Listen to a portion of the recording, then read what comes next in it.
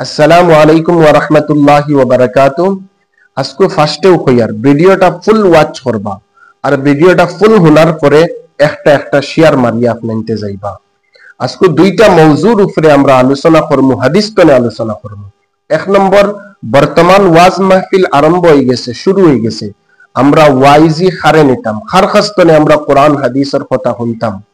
দুই, কোন নিয়তে আমরা ওয়াজ করাইতাম।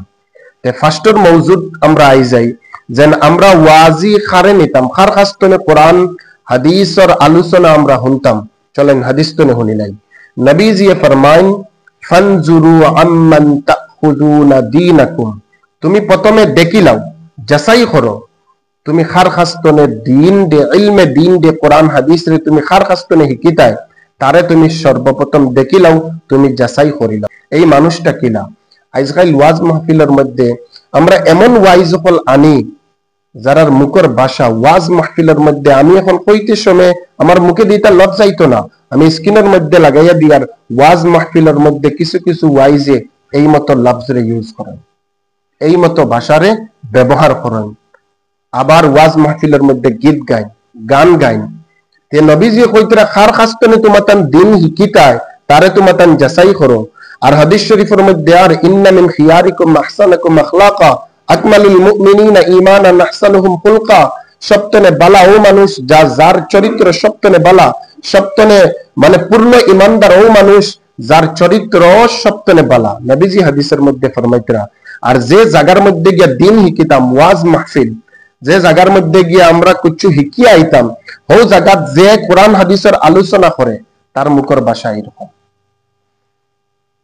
ওয়াজ মাহফিলের মধ্যে গিয়া গীত গাইতরা শোনা যায় যেন বলে ওয়াজ মাহফিল তেনে ফালমারি থাবড়া মারি দিন উঠিয়া।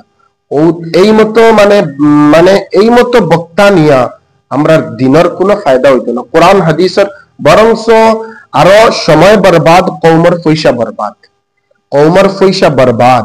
গতিকে আমরা এই মতো আলিম অকল নিয়া, বালা বালা আলিম অকল আছেন, এই মতো আলিম অকল নিয়া আমরা ওয়াজ মাহফিলের মধ্যে দিনের কথা শুনতাম, ওয়াজ করাইতাম। যারা হাকিকত কোরআন হাদিসের ইলম রাখে, জ্ঞান রাখে, আখলাক চরিত্র যারা বালা, যারা মানে ওয়াজের মাহফিলের মধ্যে উঠিয়া বইয়া তারা এই মতো ভাষা যারা ইউজ করে না, গীত গায় না, গান গায় না, এই মতো আলিমকল নিয়া আমরা ওয়াজ করাইতাম। ইনশাআল্লাহ আমি আশা করি আর আমার এই কথাগুলা আপনাইতে বালামতে বুঝছেন। আর এই ভিডিওটা সবে আবার কইয়ার শেয়ার মারবা, শুনবা, শেয়ার মারবা।